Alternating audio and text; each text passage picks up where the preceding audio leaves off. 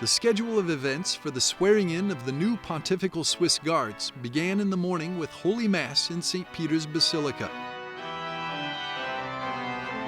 It was celebrated by Vatican Secretary of State, Cardinal Pietro Parolin, who gave his homily on behalf of the Holy Father, Pope Francis. May your service be carried out with genuine faith, simplicity of heart, and purity of intention. To work every day to criteria and faithfulness, lest you succumb to the enemy's blows and capitulate to his false suggestions.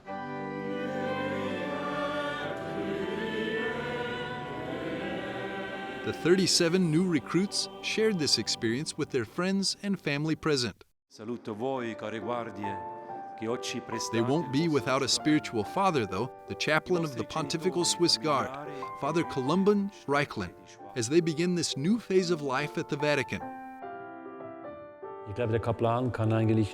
I believe the chaplain can be an inspirer who encourages the young people to stay on the path, to ask questions, to go through life with curiosity.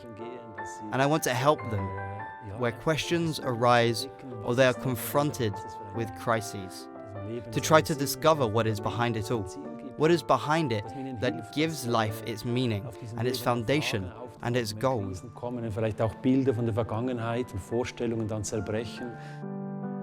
Being a faithful Catholic is required for entering the Pontifical Swiss Guard. Living in community for at least 2 years at the heart of the Catholic Church serves as an opportunity for them to strengthen their faith.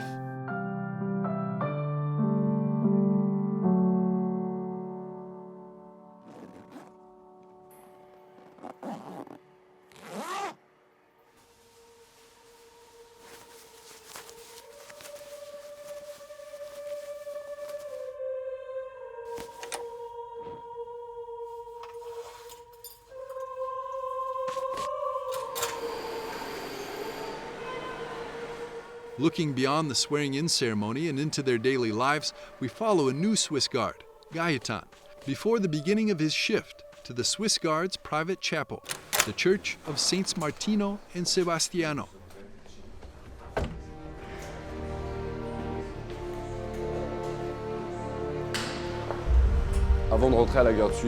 Before joining the Swiss Guard, I had always been a practicing Catholic. So in that context, it didn't really change much. The thing that has changed, I think, is the consistency. And above all, given that we have orderly schedules and often very regular schedules, it's a little difficult to always be able to keep a daily routine. C'est un petit peu difficile de toujours pouvoir garder justement une routine.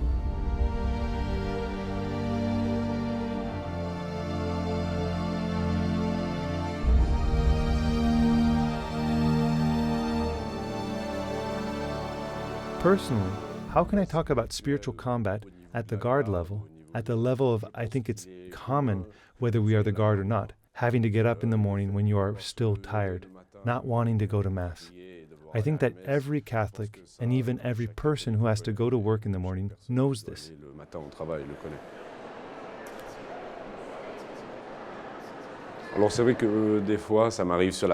So it's true that sometimes it happens to me on the Sentinel to have moments, as they say, at moments of a little emptiness, where we don't really know what to do. And there is often the opportunity to enter into a dialogue, of entering into a discussion, and of giving oneself completely to speak with God. Personally, it often helps us.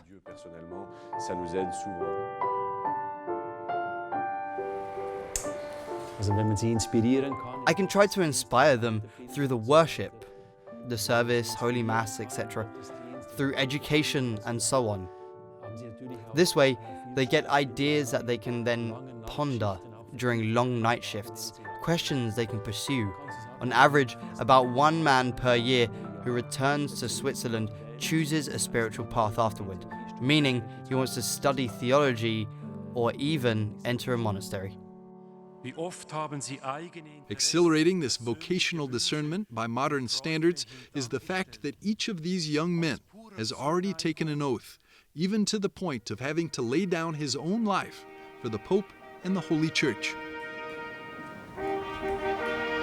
c'est pas seulement une cérémonie où on va jurer et It is not only a ceremony where we will swear publicly in front of people, but it is above all a personal act that we do. And in the formula, we also mention God and the patron saints of guarding, in the sense that it is really an act before God, before it is an act before people. For me, it is. It's a very powerful thing.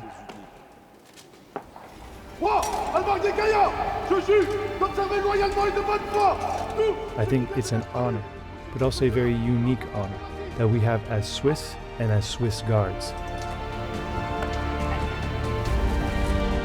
On the next episode of Vaticano, we take you to the Apostolic Palace where the new Pontifical Swiss Guards receive their first private audience with Pope Francis, and go behind the scenes for a closer look at the required training to protect the Holy Father and the Vatican.